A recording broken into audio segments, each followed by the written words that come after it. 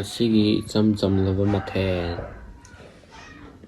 Hi ma'am, asijo mukbang challenge sama pudro lakchari. Mukbang challenge sidi nganu ne. Nganu samaina makong kaika samai thamme masa kaika son thamme ado nangi mu haigro. Ma'am matam kuina yaudaba tungda ngasi mu lae sahi ama mu hele. Samaina mukbang challenge ka tawdabje do samaina challenge to lae.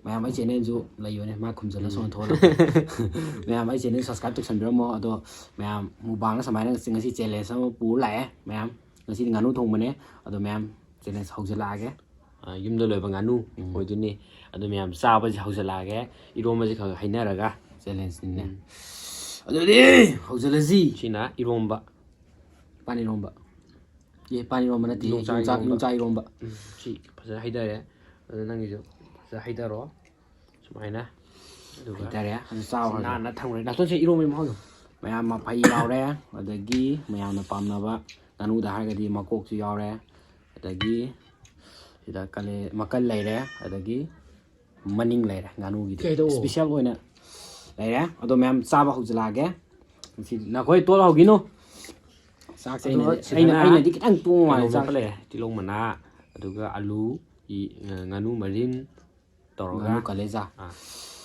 kaleza toroga naktu min chalaba adu mayam chaba hujlage adu se ready ai zongwa na alright 1 2 3 start iromba sidi haudong mane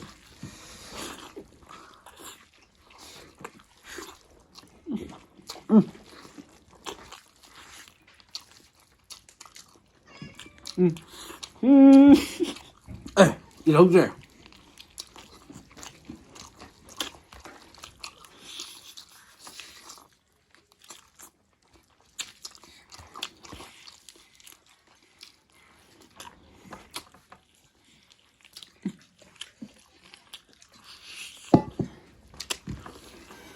이러면 요 하we anu mai turut saya iya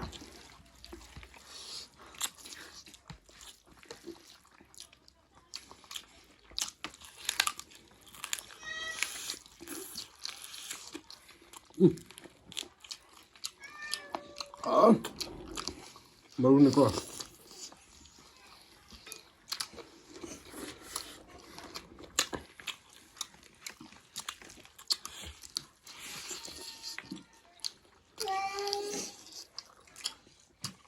Sinap pak.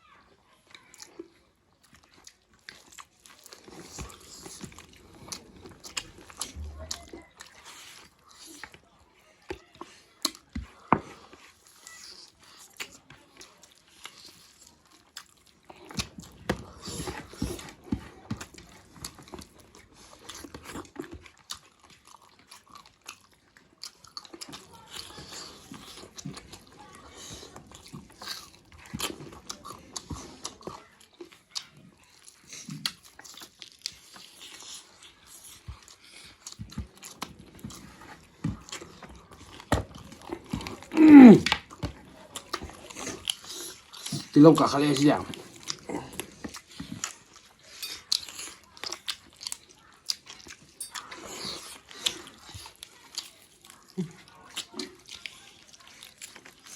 이런 젤레스 왜 또 시 젤레스 와야지.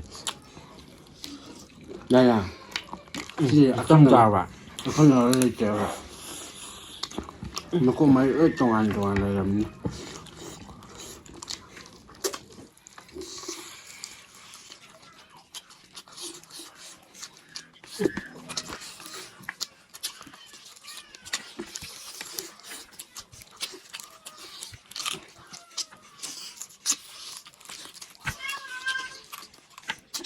Những làm không có đâu.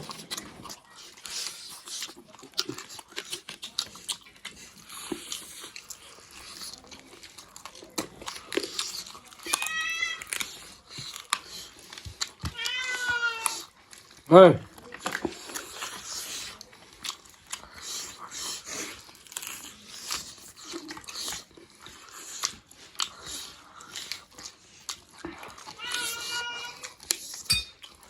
Mẹ anh khuất ôi dao này là ngang đi ngang cái này rồi. Mẹ giờ nó tông.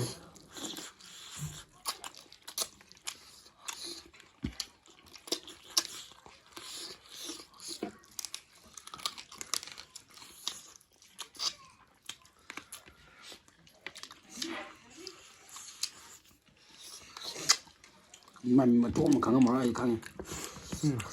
Mình mà trộn mà khẳng mà được ba.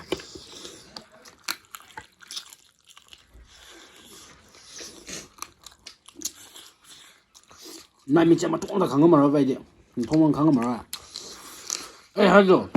Tôi thấy cái khẳng ngon quan trên này sao giờ. Cái mai khẳng ngon quan hả? Các bạn. Lại cặp đi không?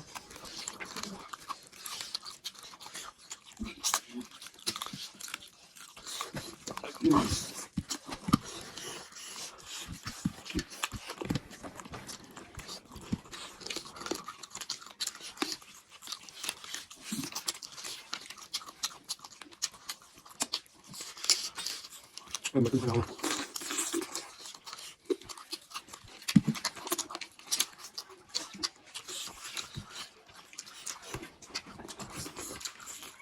Chạy bắt tay chứ cái nào? Không thế.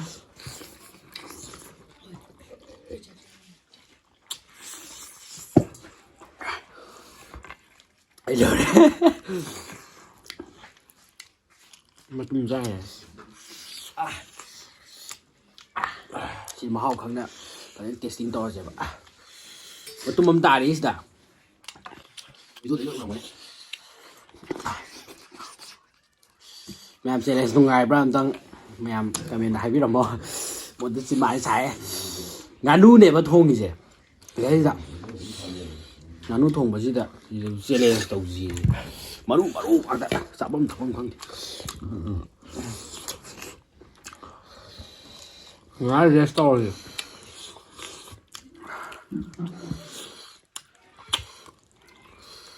Ê là mà cuộc chuyện nó sao mình là gì? Ở đây cái mà thông chuyện nó sao mình là gì? Cái này sao mà cần chuyện nó sao mình là gì nhỉ? Ở đây à đây mà hay gì nè? Mà cuộc chuyện ai sao rồi?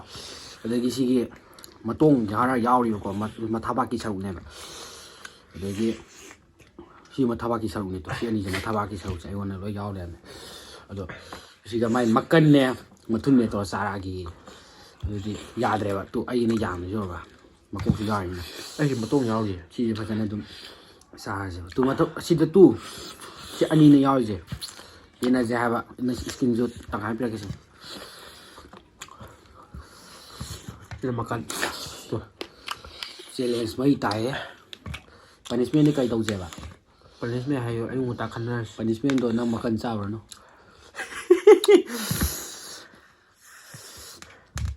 Makok sing phải chặt không?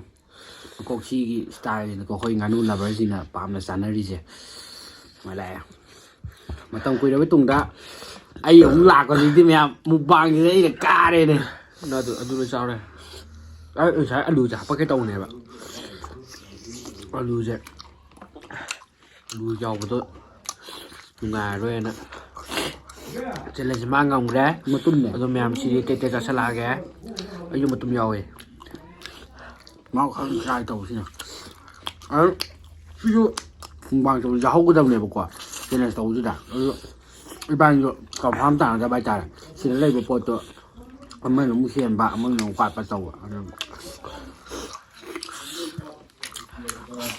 makan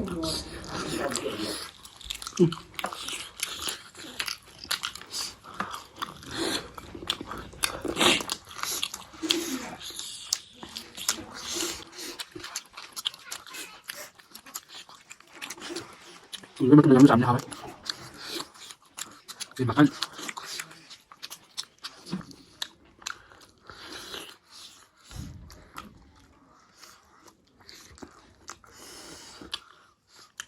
nganu makannya hawe.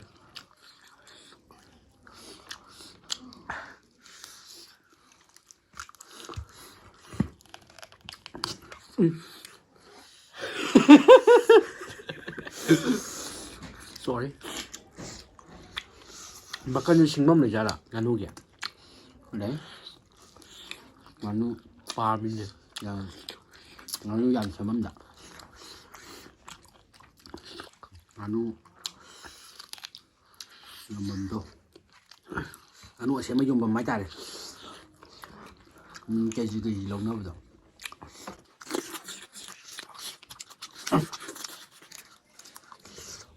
Nganu này có gì với tôi thì xin một cô chứ. Người gì nó để mà sao đi.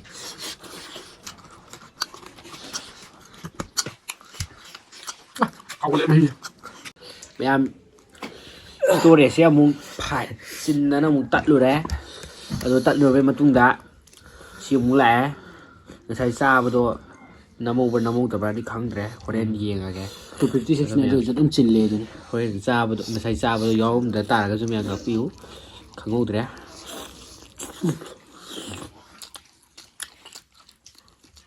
mấy hỏi em ngon người đó.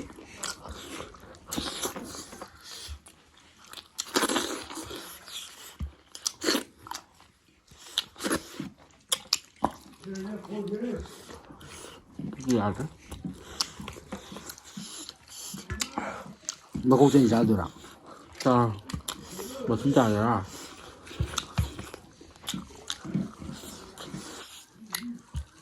Kamu jauh naik tinggi. Kamu jauh, macam ni jauh. Namo, nasau dah.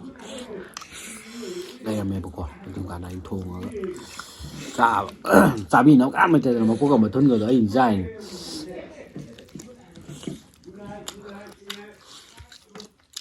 Mau gì mới nè.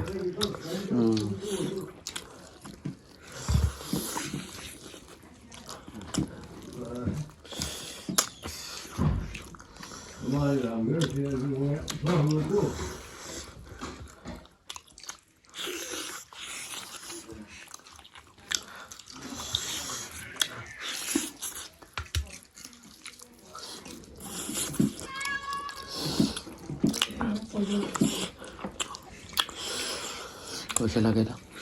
Nganu gì ra cái quỷ đấy. Nganu ra đâu quỷ đấy. Hắn tới giấy cái first time. Nganu ra đâu quỷ đấy. Nganu mukbang tàu đâu quỷ đấy. Ai dùng mukbang tàu đâu quỷ đấy. Đúng ai sẽ nên đâu để thằng cái liền một quả. Được ạ. Thôi một cái sao mày ra đâu quỷ đấy. Bắt nó quỷ đấy. Mà pu nó hay đâu. Ngắt chỉ đấy năm nữa nè. Đây là nó lấy em sai đấy. Ai cái block tôi một quả. Nó chỉ cái này vô.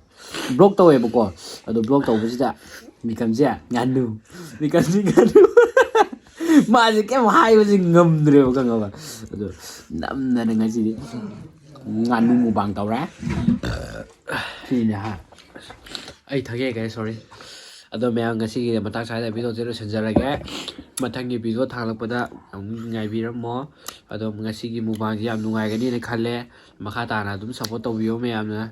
Aduh kasih matang saya dulu selagi. Aduh ma'am ay channel nakana tholam ge ma'am na nusibiduna like share subscribe to channel aduh ga thomok haiba YouTube channel sibo ma'am na support to bio haiga ma'am video si matang saya dulu selagi. Bye bye. Bye.